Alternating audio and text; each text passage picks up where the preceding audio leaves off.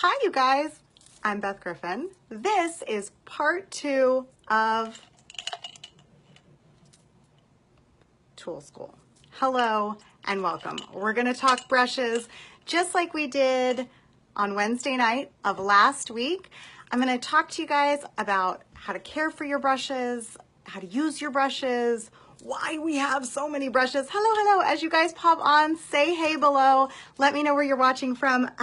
I know some of you may have missed Tool School Part 1, and that's a-okay. I've put everything together from our first class in nice little easy to process pictures with a link to the replay. So if you missed Tool School Part 1, comment below with the words Part 1. Just write Part 1 below if you missed Part 1, and I will make sure that you're able to find all the information that I covered in our first class so that you don't miss out. And tonight, we're going to continue with some more brushes. It's a 4-part brush skill workshop. That's what Tool School is, so if you're confused about all the parts. And this is part 2 of our 4-part brush workshop, because you guys, if you saw me hold this up, there's a lot of brushes. Okay, a lot of brushes. It's a lot to cover. So I divided it into 4 really, hopefully easy to process parts.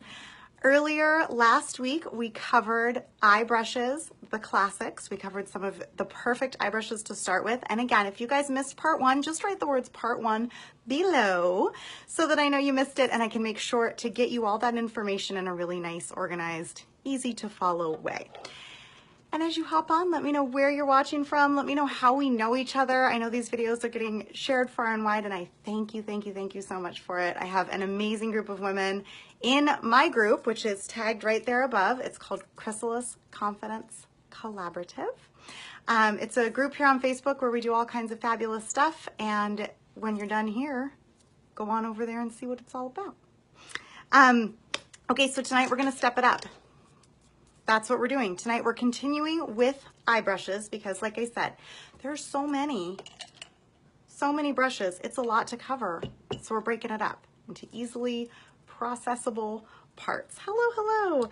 Okay, tonight we are going to cover eye brushes, Tool School Part 2. I call this the next level.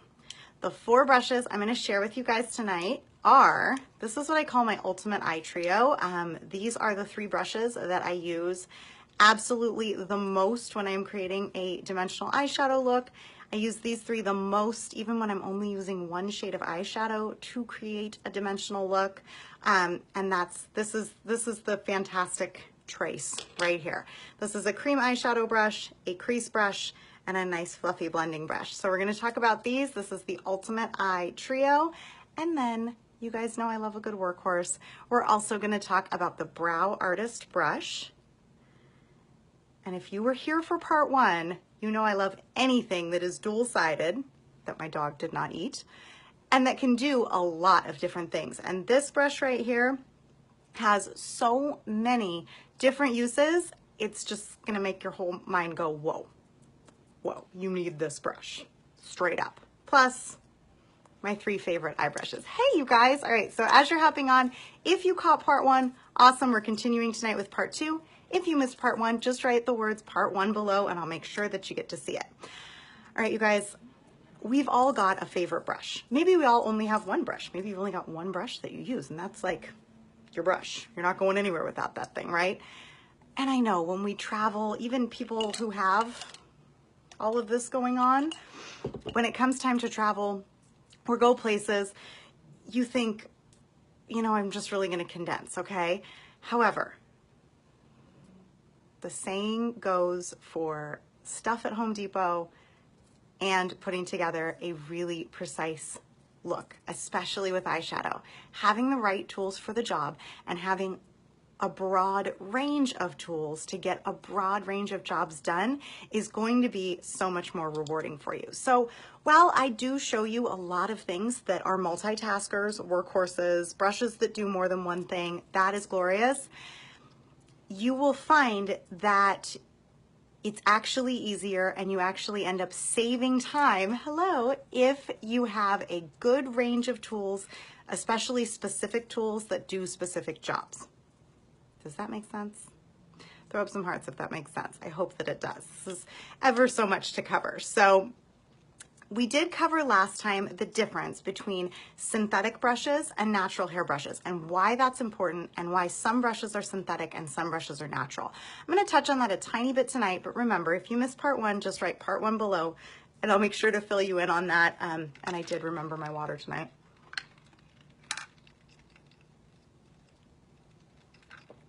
I did remember my water and then I just totally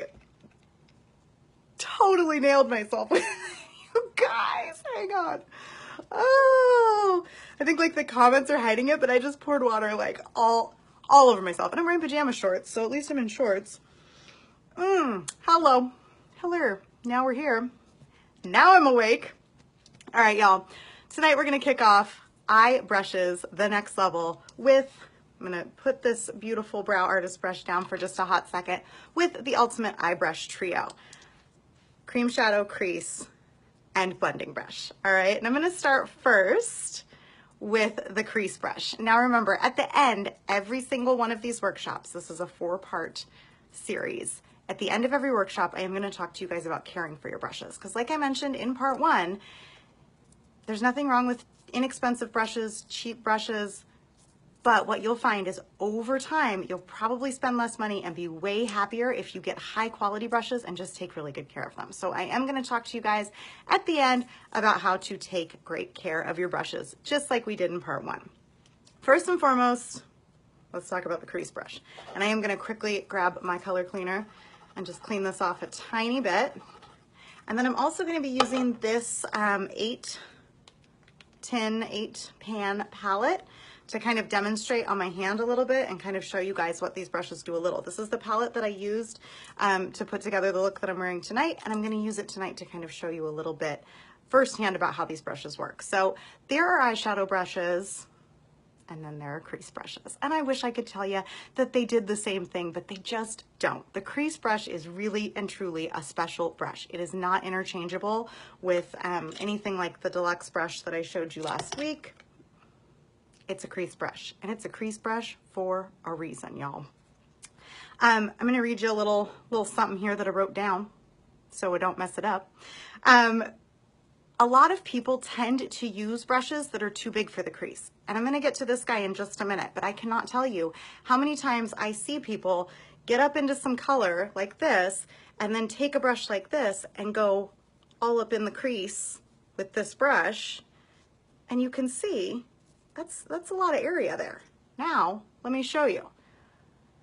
The crease of your eye, or if you have hooded eyelids like me and your entire eyelid is a crease, so I am always trying to create the illusion of a crease, is a small space. And what you're trying to do is define that small space when you work with a crease brush, creating a dimensional eyeshadow look. And look at the difference between the crease brush and the blending brush. Not only does the color go on just a little bit gentler, where am I at here? I'm like doing this backwards because I'm like doing it into my phone, but you get a much more specific surface area covered because you're using, I'll hold this up like this, you're using a brush that has a lot less surface area. The hairs are shorter, which means more control. We talked a little bit about that in part one. Since I'm going to talk about all 3 of these brushes in this first part, we're going to compare and contrast for a minute. Now remember, these are not this or that. Y'all need both of these, straight up. I don't know how people function without both of these brushes and try to do eyeshadow all day. But look, we're talking about the length and the fluffiness, okay? Density, more densely packed hairs are always gonna give you more control than puffiness. These are my super scientifical, technical terms for eyeshadow brushes. So the ideal crease brush is smaller. I think we've covered that. Smaller than a traditional eyeshadow brush. Like if you've just got one fluffy eyeshadow brush you're using for everything, you are missing out on that really beautiful detail that you can perform with a crease brush. The bristles are soft, that helps blend the shadow, and the rounded tip helps to guide the color along the crease. So when you're applying, first of all, little tip here. I always start out here and go whoosh to about right there. because this is not the blending process. This is the brush you're using to get the color onto your eye. So start in the outer corner, move inward, and then stop, stop, stop. Because you're gonna get in there with this thing in just a hot second and blend and diffuse and soften, okay? So if you start in here all heavy-handed with the most color, because remember, always do this. Another tip, bonus tip, didn't write this in the notes. We're off the notes. If you touch your brush into your color and then go straight onto your eye, that's gonna be a lot of color, okay? So always pick up the color, tap the brush to remove the excess, then I tap it onto the back of my hand a couple times, then up onto my eye, okay, folks? Then onto my eye and move from out in, because I am not trying to create a look where my eyes look closer together. Pulling the darker colors in and then blending them out, I'm gonna lose you. You're gonna get a lot more concentrated color on the inner corners, which is just not quite the look I'm going for. I use the straight line technique. Yes, that's the same. So Brianna, who commented below, hey, Jacqueline. Brianna, who commented below, has hooded eyes as well. I'm like, when I'm looking right at you, my eyelids totally disappear. And I do the same thing. So I don't work down in my crease. I work above it, creating a straight line outward. And that's what gives the illusion, makeup magic, of a crease. So this crease brush is made from goat hair. Like I said, in part 1, we talked about which brushes are better for natural hair, which natural hair brushes are better for powder products, whereas synthetic brushes are generally better for cream and liquid products. This is a natural hair product. It's made at, did I say that right? Whatever. This brush is made out of goat hair, folks, which is a good thing because what I use it in most of all is my powder eyeshadow. However, because of its 2 hugely key features, short, dense, soft, 3 key features, short, dense, and soft, this brush works fantastic on cream eyeshadow as well. So it is extremely versatile and you can do quite a bit with it. A few other things that I love doing with this brush before I move on to my other 2 in the fabulous trio. Let me just pull the color off of it. I'm using my color cleaner. If you guys want info on this, just write color cleaner below and I can link you on where to get this. Super easy. So clean off the color. A couple other things I love doing with this brush are, see this little part right up in here? Beep! That, what is it, like by your tear duct? Your inner corner of your eye. I need a shimmer. So take, I'm gonna use highlight because I have it. So like a shimmer shade, this is my highlighter. I'm gonna just put a tiny bit on the tip there, tap it on the back of my hand, and then you can get really precise right there. Pop a color, helps open up your eyes, okay? You can also highlight right really specifically in your brow bone, under your eyebrow, right above your eyebrow, all that good stuff. So again, this is all about precision. If you are looking for, you know, when you see those pictures and people's eyeshadow is done and you think like, how to get like that? This is involved, I promise. Anytime you see an eyeshadow look that you're like, how'd she do that? This absolutely was present at the time of artistry. So this is perfect for transition shades, which is this neck of the woods. Brow bone color, outer corner. I use this over here a lot to just get a nice clean line right here in my outer corner. Inner corner highlight. Also, when you're in just a moment here, shortly, November, when I'm doing smoky eyes every day, this is great for blending and blurring the color right on your lower lash line for the most absolutely picture perfect smoky eye you have ever seen. This is my favorite for the lower lash line, although I do use some others as well, but this one is definitely a favorite for that. So that is the crease brush. A boom, chicka boom. It's fantastic. And Carla, I will happily get you that info when I wrap up. Next brush. Now, right now what I am covering is what I call the ultimate eye trio.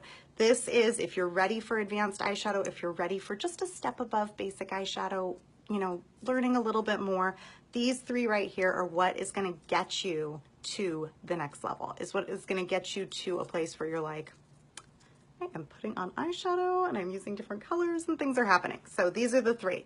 We're gonna move on next to the blending brush. This is also a natural hair brush. It's made out of Capra. Does anybody know what Capra is? Just drop a yes or no below. Yes, Capra, no Capra? Do you know without looking? Don't you go away and Google it. I'm watching you.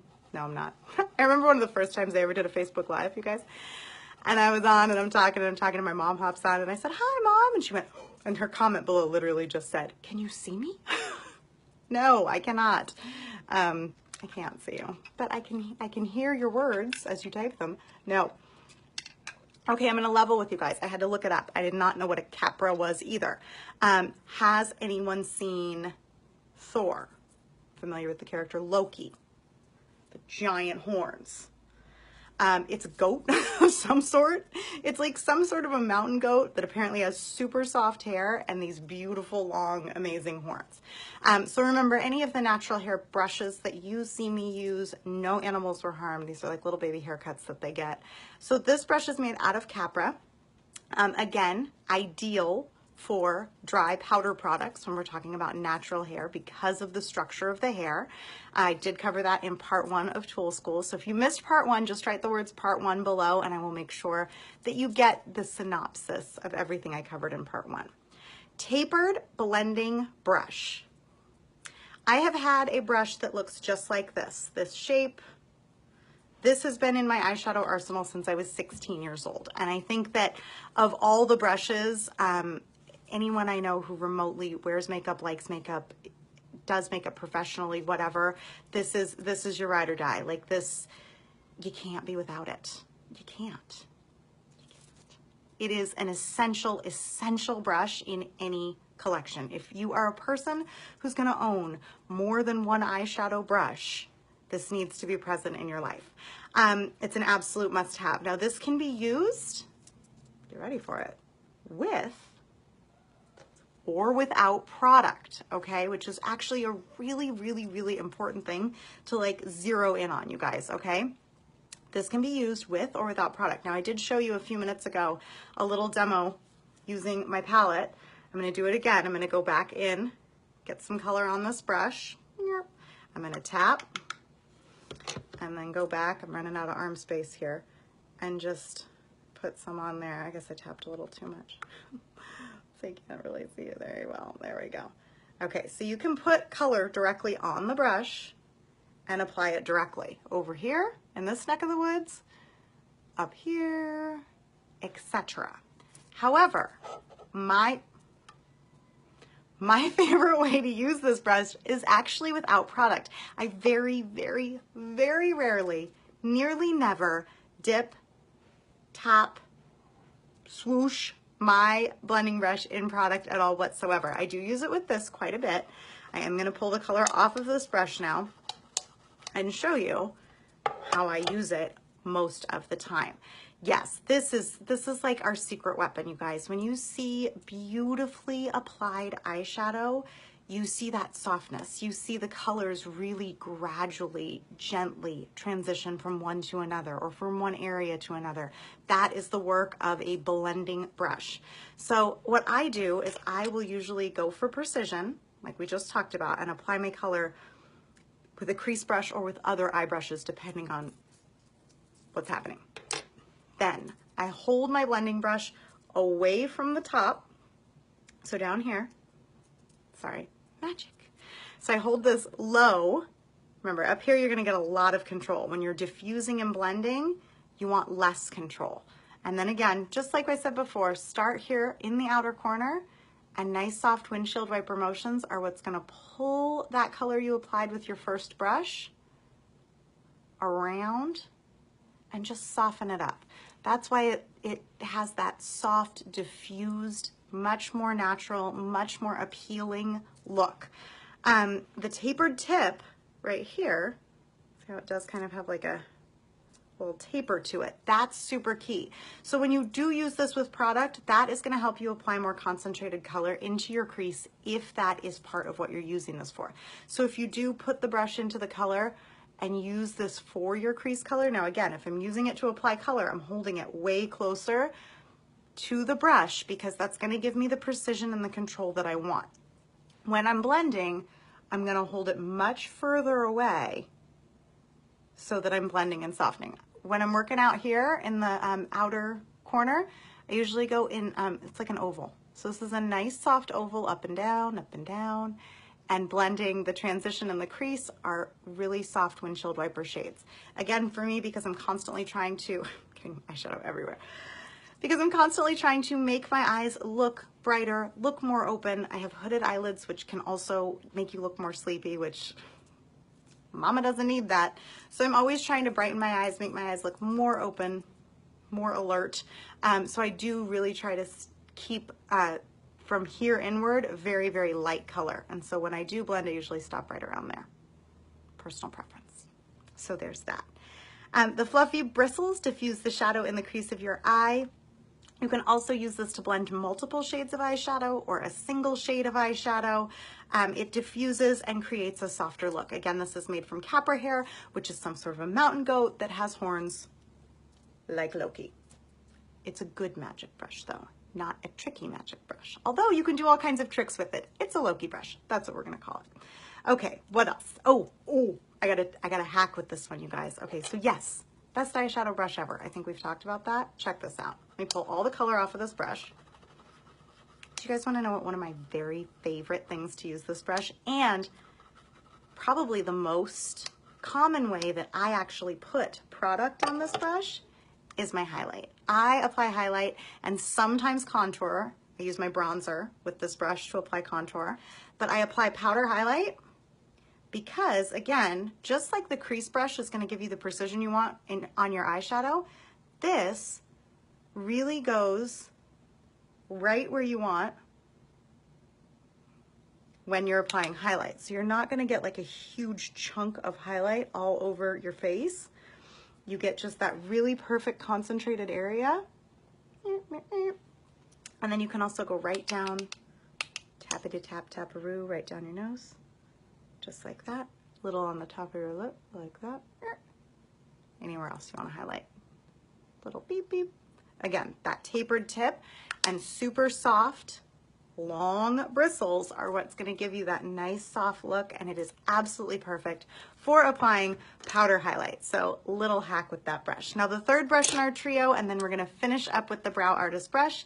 This is the Cream Shadow brush, our first synthetic brush. This is made of super high quality synthetic fibers because it is a cream eyeshadow brush, and it is best for cream. However, I will let you know I do use this for powder eyeshadow as well.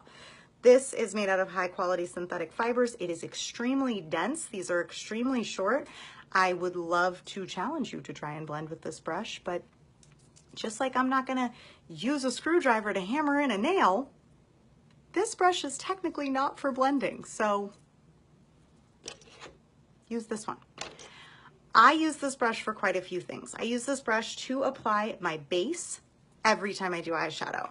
I generally use Victoria's. This is a Perfect Nude. It's a matte nude cream eyeshadow. I put this all over my lid and use my fingers to blend it up towards my brow. Anytime I wear cream eyeshadow, I use my cream eyeshadow brush, and I usually apply it about the same way. All over my lid, gentle presses. So press, let me get some cream eyeshadow on this Mama Jamma. Here's a nice soft, like dusty rose color.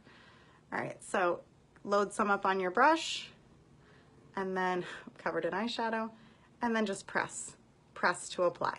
So it goes on really nice, and then you can easily blend it out with your fingers, or as I mentioned when I covered the others, Cream Shadow blends beautifully with your crease brush or with your blending brush. When I finish up an eyeshadow look, usually my finishing touch is brightening up my lid, again, to make my eyes look more awake, all that jazz. So I go back with my Cream Shadow brush, take the lightest color in my palette, press the Cream Shadow brush into the powder, and then I just pat that on, and you can see how the color is actually really nice and intense. And that's kind of the perk here. Because of the really dense fibers, you're gonna get concentrated color. So the great thing about Cream Shadow is the Cream Shadow brush, whether you're using it in Cream Shadow or with a pressed powder product, you're gonna get bold strong color, which is really, really nice. So I always go back and like I'll take this nice light color right here and just pop it. So then it just gives that nice pop of light color to really beautifully finish it off. Hi, Linda. So that is the cream shadow brush. It is specifically made for cream shadow. You can also use it to like get, there's like it's got a really thin edge. See that edge? So you can also use it for a thick line there. You can use it under when you're doing things like a smoky eye. You can get all kinds of wild and use it really, like if you want to get serious in the crease, you can do like a cut crease with this, which is like a really sharp line versus something softer, which is what we've been talking about this whole time. Hi, you guys. Hi, Sherry. So because it has densely packed bristles, it does work seamlessly with the cream shadow. It also works beautifully with pressed powder products to give you nice, bold color. And that is one of the many reasons why I do really, really love this cream shadow brush.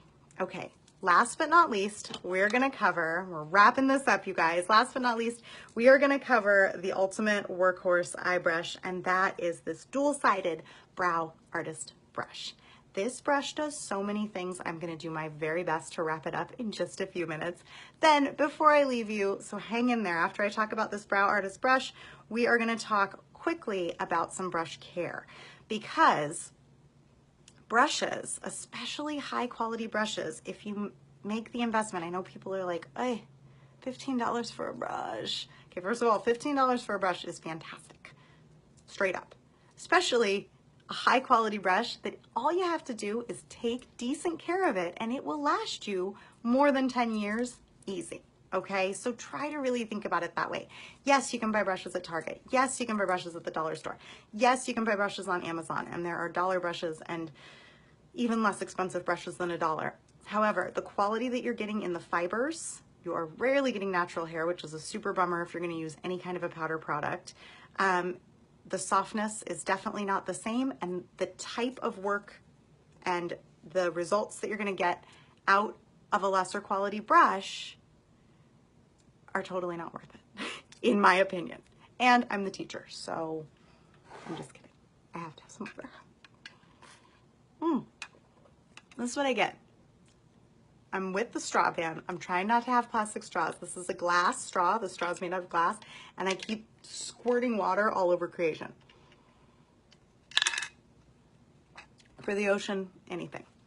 Okay, now, this is the brow artist brush, which very obviously means you can do your brows with it. Hello. I did my brows with it. What do you think? Good brows? They work out? You can drop a yes if this worked out. I think it worked out. I have to say, since acquiring this brush and its companion, the brow palette, I have never been happier with how my brows look. I have very thick brows. I am not complaining. I know that brows are an issue and a thing for people. I have really thick brows. Again, I'm not complaining. However, because I have black hair, naturally, and thick brows, if I start putting product on my brows, they go from 0 to Frida like that, real fast, okay? So for me, and as someone who really wants my makeup to look natural, and I still want to look very, very much like myself, like I want you to be able to recognize me right now at Trader Joe's, and how I look 90% of the time at Trader Joe's, I still want to look like Beth Griffin, you know what I'm saying? So for me, brows are really, really delicate, and this brush, see that super thin, look at that, paper thin edge, the angle on it, help you to really get in there. I turn this brush on its side like this and come in just like that for this inner corner and go boom, boom, boom, draw teeny tiny, they look just like actual individual hairs to fill in this part here where I tragically overplucked as a ute. And then I can use the side like that to pull and blend. And these are powders right here. And it does also come with a wax, so you can create like kind of like a gel type of brow thing if you want to. So many options. I'll talk more about the brow palette next week. You guys will hear a lot about that, but right now this is our focus. So I do use this to do my brows as often as I do my brows, which is not every day, but when I do my brows, I use this brush. It makes it quick, it makes it easy, and guess what? It's really forgiving. This is one of my favorite things about this brush for brows, and then I'll move on to all the other amazing things you can do with it. So when I do my brows, I start right here on the bottom line. I dip it in the, put some product on it, and then start to line all the way to the arch, okay? I'd love to tell you that every time I do that, I do it perfectly and precisely and lovely. No. Sometimes a dog comes in, sometimes a kid comes in, stuff's happening all over the place, and a lot of times I'll like, here, let me make a mistake for you. A lot of times like this will happen. That's not gonna do, folks. It's just not. Boom, boom. Other side.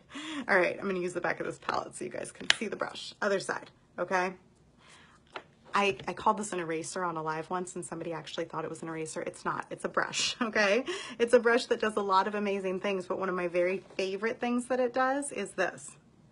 When I'm doing my brows, if I make a little oopsie-dootsie like that, just clean it off on the back of my hands, I can just go in with this beautiful, dense, precise, short-haired brush and clean it right up. Hello, how great is that? See what I'm saying? So that's freaking beautiful.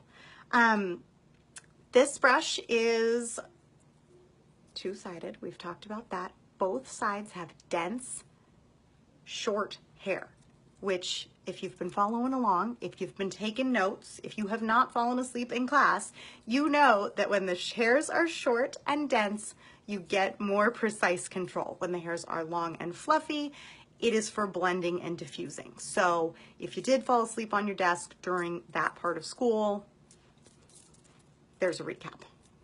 No detention for you. So this brush obviously can be used for brows. I've said enough. There are a lot of other things you can do with it too. Fabulous for eyeliner. We talked about the foiling technique in course 1, where you get the brush wet, you can dip it in water, you can use the wax in the brow artist kit, or you can spray it with rose water and then just dip it in any powder and use it to line your eyes. Beautiful for doing wings because again, the angle and the razor thin edge of this, you can get ultra, ultra precise. You can line under, you can use cream shadow as liner using this brush. It works fantastic for that. This end is great for a lot of things. You can add highlight really, really precisely. You can use it with concealer to clean up around your brows. Like if you're going all out, and 'tis the season, folks. We're getting into like holiday party makeup and such before you know it here. So when you're really going all out, when you're doing family photos, when you've got an event, when you have something going on for work, or when you really, really want things to look precise, you can use this edge to clean up around your brows. I also use this when I wear bold lips. You can clean up using concealer, using powder. It helps you really clean up the edges. It does all your edge work for you absolutely seamlessly. This works really well to apply lipstick as well. We're gonna talk a little bit more about lip brushes in session 4, but I use this when you wanna get the absolute most fabulous Cupid's bow you've ever had, like red lips. This brush is spectacular. And remember, I did show you guys in session 1, this little easy handy dandy spray. So I know I'm telling you to do your brows and then put lipstick on all with one brush.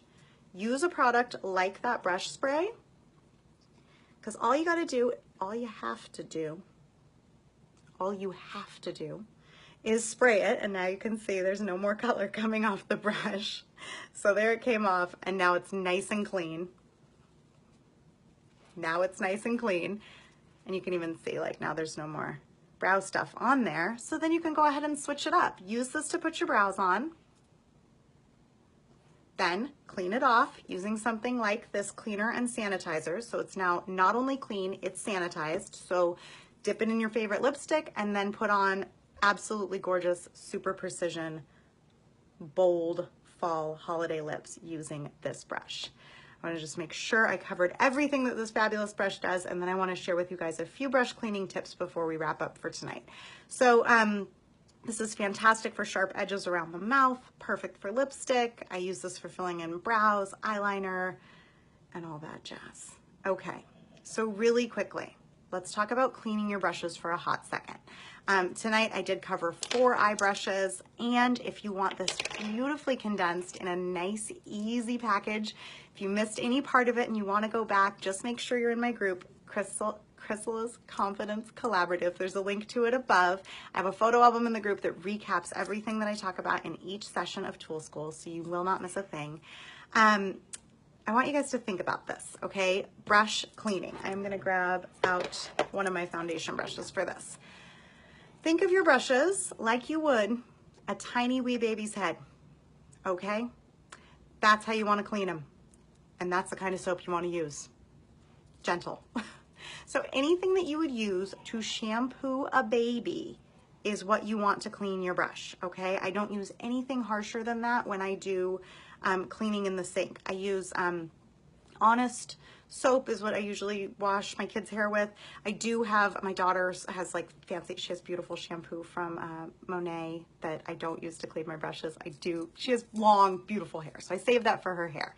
So gentle baby soap that's like, you know, for brush cleaning, something that you can keep away from the tub. So just anything really, really gentle, really, really pure, safe ingredients, because remember, a good amount of your brushes are natural hair brushes. So you want to wash them with nice, safe, clean products, okay? I use my hands.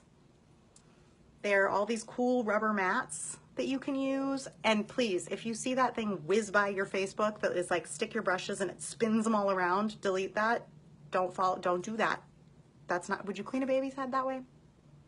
Yes or no? Drop me some comments. Would you clean a baby's head that way? I want to hear it. Would you stick a little baby's head in that thing and whiz it around? You would not. So I do mine by hand. I put a tiny bit of soap in my hand.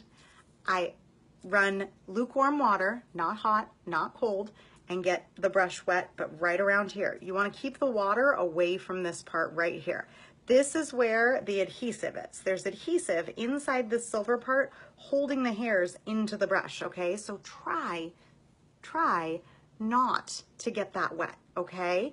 So a little soap on your hand, a little bit of water right here on this part of the brush, then I use my hands and gently swirl. Again, gentle is the name of the game.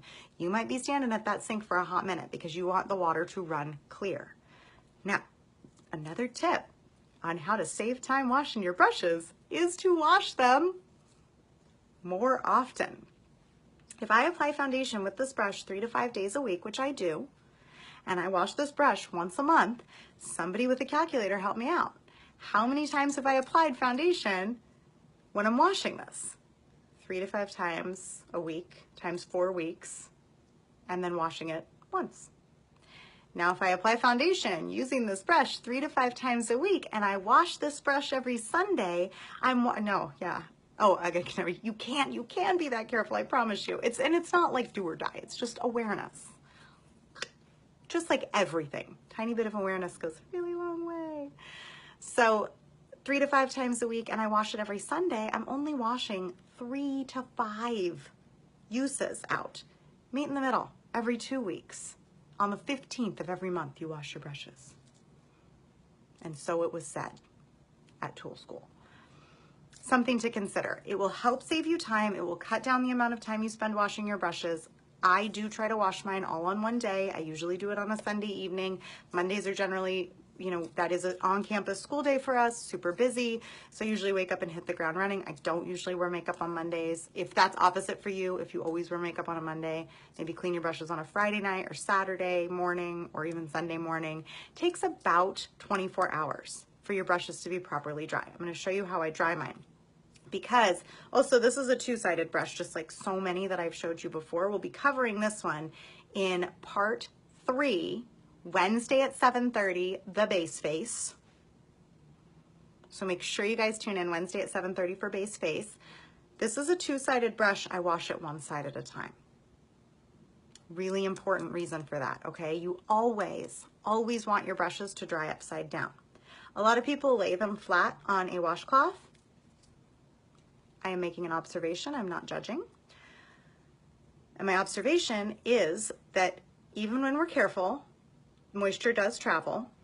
if you lay the brush flat, there's nothing happening that's going to move that moisture away from the adhesive. If you hang the brush to dry, it's going to help preserve the adhesive and help you keep your brush a lot longer. Here's how I do it. I take these little packs of kid hair ties, my daughter's hair ties, loop it around the wet brush. Let's pretend this is my towel rack in my bathroom, my finger.